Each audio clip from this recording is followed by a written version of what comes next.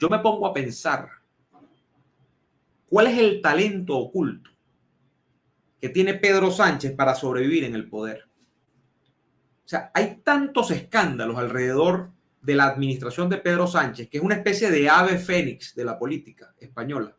Recuerden ustedes que Pedro Sánchez perdió incluso el control de su propio partido, no es que perdió el gobierno, es que perdió el control del propio partido y logró, desde el punto de vista inédito también, por lo menos que yo recuerde, en ese bipartidismo español que hay desde hace 40 años, más de 40 años, desde que pues termina el régimen de Franco, que yo recuerde esa resurrección política de Sánchez, yo no la he visto en la historia reciente de España. Sánchez pierde el control del PSOE, lo votan, o sea, lo sacan de la Secretaría General y logra armar un regreso desde el punto de vista interno. Y después de ahí, bueno, ganar el gobierno, además, que es increíble. Y después de ahí estar casi liquidado y seguir allí. Y les decía que iba a compartir la pantalla porque este es otro escándalo más, no directamente de Sánchez, ya vamos a hablar un poquito más de Sánchez, pero sí del PSOE, que bueno, que ya es como una cosa en estado de descomposición. Es como una especie de cadáver insepulto, pero está, o sea, cadáver insepulto vivito y coleando, porque en las últimas elecciones el PSOE tiene un margen de votantes cercano al 30% en España, con un Vox que orbita entre el 10 y el 12%, y un PP que supera ese 30% y que se va al 33%, en el mejor de los casos 34%, por ahí. Pero es que es increíble que un partido que esté tan descompuesto como el PSOE siga teniendo 30% de los votantes. De eso recuerdo que hice un live hace unos meses acá, cuando las últimas generales en España. Y después incluso con la votación en las elecciones del Parlamento Europeo, donde, como ustedes saben, el PSOE también tuvo un resultado importante. O sea, no ha habido un descalabro real del PSOE. Esa es la verdad. Aquí tenemos que partir por eso. Pero vamos al comentario, porque es del PSOE, involucra a Zapatero, y esta no es la pantalla, y ahora que estoy jugando con las pantallas, esta es la pantalla.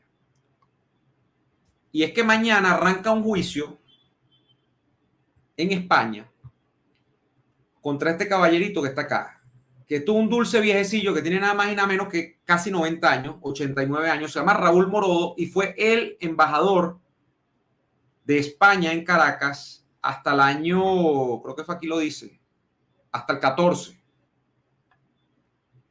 Creo que hasta el 14 fue.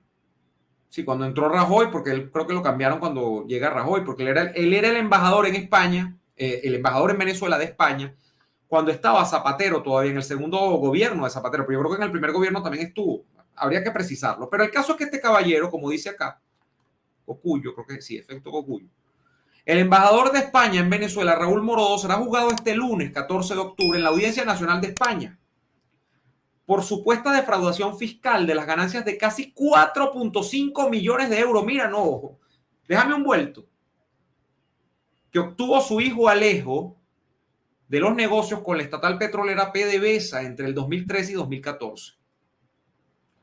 La Fiscalía Anticorrupción pide una pena de 3 años y medio de cárcel para él y de 8 años y medio para su hijo Alejo, que está pidiendo 3 años y medio de cárcel. Este es un señor que tiene 89 años. Y también hasta la nuera salió aquí, porque en España, fíjense, en España es curioso, en España terminan salpicados, y eso se está viendo ahorita con Sánchez, las mujeres de los políticos, porque se meten en el ñemeo, las ponen a encubrir la situación y no encubren nada, sino que, bueno, claro, sí encubren, pero luego no, o sea, la maniobra siempre es develada, ¿no? Y entonces, bueno, aquí está. La señora se llama Ana Catarina Barandas, dice, mira, se peinó 3.8 millones. El señor Morodo le están imputando nada más 370.000 euros. Aquí está. Ah, no, son las multas que les están pidiendo multas. Mira, al hijo de Morodo le están pidiendo una multa, o le van a imponer una multa de 3.7 millones de euros. A la mujer del hijo, 3.8 millones. Y a Morodo, 370.000 euros. Eso es 4 lochas. Los 3 se sentarán en el banquillo por haber supuestamente ocultado a Hacienda el presunto cobro de 4.5 millones de euros a PDVSA por parte de Alejo Morodo mediante supuestos contratos de asesoría suscritos con la petrolera venezolana entre 2012 y 2015, cuando su padre ya no estaba al frente de la embajada. O sea que no, eso fue antes. Él fue embajador. Bueno, habría que buscar la historia aquí, pero fue cuando Zapatero. En fin. Y lo siguiente ya sí es Sánchez, ¿no? En la Gaceta. La justicia señala por corrupción ya a 30 personas del entorno político y familiar de Pedro Sánchez, que aquí arruga la cara y frunce el ceño. La Unidad Central Operativa, la UCO, de la Guardia Civil Española atribuye en su último informe al exministro de Transporte, José Luis Ábalos, un papel relevante y de responsabilidad en la trama del caso Coldo. Les explico, para los que no saben qué es el caso Coldo, en España durante la pandemia compraron unas mascarillas y se embolsillaron unos reales por unas irregularidades. Y el principal personaje que ha resultado señalado, que le dio nombre incluso al caso, es un asistente, José Luis Ábalos, que era el ministro de Transporte en aquella época, que sigue, por cierto, estando en boga de los medios españoles, porque es el que recibió a Delcy Eloína en Barajas en el año 2020, cuando la señora Delcy Eloína Rodríguez tenía suspendido el acceso a lo que llaman la zona Schengen en Europa. ¿Qué es la zona Schengen? El espacio europeo. Ella no podía entrar, no podía pisar territorio europeo. Llegó en un vuelo privado a Madrid, Barajas, se reunió con José Luis Ábalos. Pedro Sánchez se ha revelado que sabía de la reunión. Ahora dice que no sabía, pero hay unas pruebas que se han presentado en un informe que se recabó donde se evidencia que Sánchez sabía porque el señor Ábalos le notificó que se iba a reunir con Delcy Rodríguez y Sánchez le dio bien. O sea, hay unos mensajes de texto, están en un informe. Y bueno, el caso Coldo es porque el señor Coldo era el ayudante de Ábalos y estuvo en el tema de las mascarillas. Pero además al caso le han incorporado lo que en España han llamado el Delcygate, que es cómo permite el gobierno de Sánchez, con anuencia del propio jefe de gobierno, Pedro Sánchez, que la señora Delcy Rodríguez, que está suspendida, estaba suspendida, de hecho sigue sancionada, ¿no?, para su acceso a territorio europeo, haya podido ingresar como si nada y además pues haya contado esto con la anuencia del jefe del gobierno español.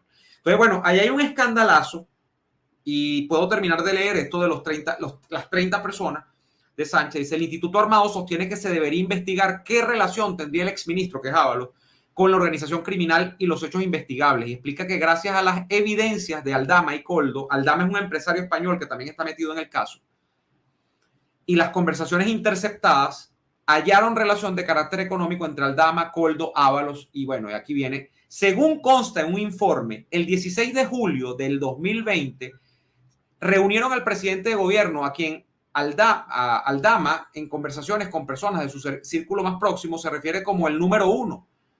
Nadia Calviño, a quien denomina la de Hacienda, era la ministra de Hacienda de Sánchez para la época, y Ábalos, que era el ministro de Transporte. Señala que Ábalos informó al presidente de gobierno, Pedro Sánchez, de que la dirigente chavista Delcy Rodríguez haría una visita privada a España y que le había pedido verse discretamente con ella. El jefe del Ejecutivo no le puso pegas al asunto, es decir, no se opuso. El informe de la unidad de investigación aporta nuevos indicios contra la presidenta del Congreso también, la señora Armengol, Francina Armengol, del PSOE. Es que aquí está salpicado medios ministerios de todo el gobierno de Sánchez, la presidenta del Congreso, esto va para todos lados. Dice, el ministro de Política Territorial, Ángel Víctor Torres, y cabe sumar ahora las investigaciones, todos los señalamientos que se hacen contra Begoña Gómez, mujer de Pedro Sánchez, imputada por tráfico de influencias y corrupción en los negocios, además de su hermano David Azagra, que está imputado por malversación. O sea, esto es la imputación de la imputación, la mamá de la mamá de la mamá de la mamá, así estamos. En otras causas hay que mencionar, por ejemplo, a José Vélez, secretario general del PSOE en Murcia, procesado por prevaricación y malversación en la organización de un festejo taurino cuando fue alcalde de Celasparra, o a Rafael Rubio, subdelegado del gobierno en Valencia, cesado tras su detención en el caso Azut. Así, la justicia señala por corrupción a 30 personas del entorno político del PSOE y familiar de Pedro Sánchez. ¿Y cómo no cae? Bueno, yo les voy a decir una cosa, yo que medio leo de la política española por trabajo y porque me gusta. A veces pienso que no cae porque al PP tampoco le conviene que caiga. A veces yo pienso que el PP es como un ministerio de la oposición en España. Por cierto, el partido Vox ha presentado o va a presentar un nuevo petitorio de que Sánchez dimita al gobierno y que se convoque unas elecciones, porque bueno, esto ya es inaguantable, como dicen en España, o sea, ya esto es de caraduras. Pero entonces la pregunta, yo creo que hay que hacerle a la clase, yo creo que quienes estamos fuera de España y vemos la situación política española, y además miren, donde se involucra, siempre sale Venezuela en los casos. Hay un caso con un avión, el caso de que involucró a Argentina, nos metemos en Colombia y conseguimos. Venezuela está siempre en todo. Pero volviendo al tema de España, la pregunta que hay que hacerle es a la sociedad española, ¿qué demonios pasa que a pesar de o amén de el señor Sánchez sigue siendo presidente? Bueno, por un lado está el hecho de que debe haber un elemento patológico en la sociedad española al momento de accionar el voto, ¿no? Porque yo se los acabo de decir, no es normal que un gobierno que tenga estos señalamientos tenga 30 puntos cuando hacen una elección nacional en España, el PSOE. Es que hasta por voto castigo, por psicología simple, no es asumible que el 30% de la población que vota termine sufragando a favor de una gente que está tan cuestionada. O sea, ahí debe haber algo demasiado profundo. Y yo me imagino que eso tiene que ver con los traumas no curados en España o en la sociedad española sobre las izquierdas y las derechas, sobre el tema del nacionalismo, sobre el tema de la mala prensa y todo el escándalo que hay con la extrema derecha y todo ese cuento. Pero a pesar de, ahí no puede verse como normal el hecho de que tú tengas a 3 de cada 10 españoles de los que votan, votando por Sánchez. O sea, eso no tiene sentido. Y luego está, que es donde yo asumo que debe haber un papel más crítico, el tema de la oposición. Una vez un buen amigo me decía, mira, pana, es que para que tú entiendas, aquí el PP es como Primero Justicia o la MUT en Venezuela. O sea, esto no cae porque esto no dejan que caiga. Pues. Y hay mucha gente que le parecería inmerecido este comentario y tal, pero es que es la verdad. Aquí la evidencia también es abrumadora de muchos momentos en los que yo no voy a decir que esto estaba a punto de caramelo, pero casi. O sea, que había posibilidades de impulsar otras políticas y la política aquí siempre fue de cohabitación. Por cierto, en PJ hay un zafarrancho armado del que no tengo ni ganas de hablar, pero bueno, eso sería como para hacer 4 programas. Con Capriles y que ahora Capriles es el santo niño de la cuchilla y bueno, entonces los que están en contra de Capriles, que lo tuvieron hasta anteayer en el partido, bueno, son la Virgen del Carmen y Capriles el santo niño de la cuchilla. Y esto es una guerra eclesiástica. O sea, donde hay que ver quién es más santo, quién es más canonizable entre los anticaprilistas y el caprilismo dentro de PJ.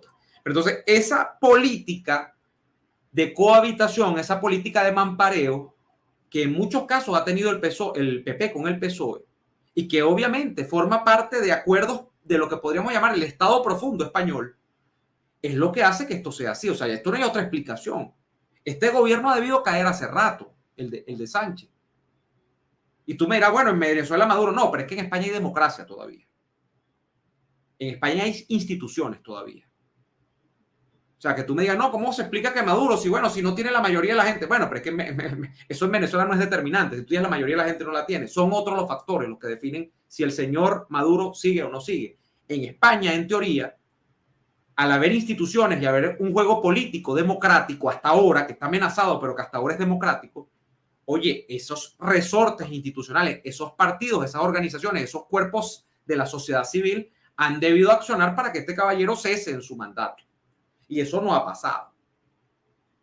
Y eso no ha pasado por estos factores que les acabo de decir, creo yo. O sea, que hay unas huellas de traumas profundos que de verdad, o sea, ya eso es de espanto y brinco en la sociedad española. Y por otro lado, hay una clase política opositora que de verdad es cohabitante. O sea, basta, y yo me quedo con esto para cerrar este tema y vamos a dedicar los últimos 10 minutos de este live a leer más mensajes. Basta revisar la campaña que hizo el señor Núñez Feijóo en las últimas elecciones nacionales, bueno, y las que hizo en las europeas también, cuando hubo elección al Parlamento Europeo, para renovar la composición del Parlamento Europeo. Y usted se va a dar cuenta de que Feijóo, cuyo aliado natural, porque Feijóo es el que va en teoría o tiene que tomar el poder en España, porque realmente Vox no tiene votos para encabezar el gobierno, no los tiene. Y yo lo lamento, yo soy votante de Vox, a mí me gusta la política de Vox, pero no tiene. O sea, mientras el PP tiene más de 30 puntos, Vox está en torno al 10 o al 12, pero Vox va a ser importante en un futuro gobierno en España. Yo estoy convencido de ello. Bueno, Feijóo pasó toda la campaña cayéndole a peñonazos más al aliado natural que tenía allí, que era Vox, que a su enemigo o a su adversario político de ocasión, que es el PSOE. Y pasó toda la campaña diciendo que él se entendería perfectamente, incluso coqueteando con la idea de que él podía armar un gobierno encabezado por él en coalición con el PSOE, una cosa que nunca ha pasado en España. Bueno, él, desde el PP, asomó, coqueteó con esa tesis de que él iba a hacer un gobierno con los de Sánchez, pero que lo encabezaba él, Feijóo, para evitar que llegara a la ultraderecha de Abascal al poder con él, que él quería prescindir de esos apoyos. Coño, ¿cómo tú puedes echar adelante con una política así? Una vaina miope. Claro, porque al final de cuentas, uno dice que es miope, pero al final de cuentas lo que se impone allí es esa cortedad de mira de esa clase política española y sobre todo de Feijóo, de que él cree que haciendo eso, él lo que va es a recapturar a ese 10% que tiene Vox y se lo va a endilgar en el PP. Amigos, mire, yo que ya tengo un tiempito muy metido viendo la política española, el votante de Vox jamás va a votar por el PP. Ese votante de base de Vox no vota por el PP. Hay unos votantes que van y vienen, que son esos que votaron en alguna oportunidad por Ciudadanos, que a veces votan por Vox y a veces votan por el PP, pero la gente, que ese 10% que tiene Vox, ese 10% no es alquilable y no es sustituible, porque es demasiado distinta la política de Vox a la política del PP. Sobre el tema del nacionalismo, sobre el tema del respeto a las lenguas, sobre el tema del aborto, sobre el tema de la ideología de género. O sea, no van a votar por eso. Sobre el tema, sobre todo, de la inmigración ilegal, sobre el tema del papel de España en Europa y de Europa en España, es decir, de los organismos europeos, no van a votar por eso, porque son programas totalmente distintos. No es que tengan matices, es que no son compatibles. Que pueden gobernar juntos porque pueden formar un frente común contra el socialismo y contra la izquierda, eso sí es verdad, pero no son votantes iguales. El PP ya es un partido, pues, prácticamente socialdemócrata, solo que, bueno, favorece un discurso de mercado, de un poco más de liberalidad en el manejo económico, pero es un partido socialdemócrata. El PP ya no es un partido de derecha. El PP es un partido, lo que han llamado allá burlonamente, centro-centrado. Eso no es de un partido de derecha. Salvo las defensas que hace clásicas, pues que eso ya en España ni siquiera hay que discutirlo, de la economía de mercado. Pero eso, salvo eso, ya eso no tienen, o sea, elementos conservadores no tiene el PP. No lo tiene. Entonces algunos dicen, bueno, es que es la derecha liberal. Bueno, ya pregúntame de qué es la derecha liberal libertaria, entonces cuento. Y podemos tirarnos 4 horas hablando de eso. Pero ese es el problema.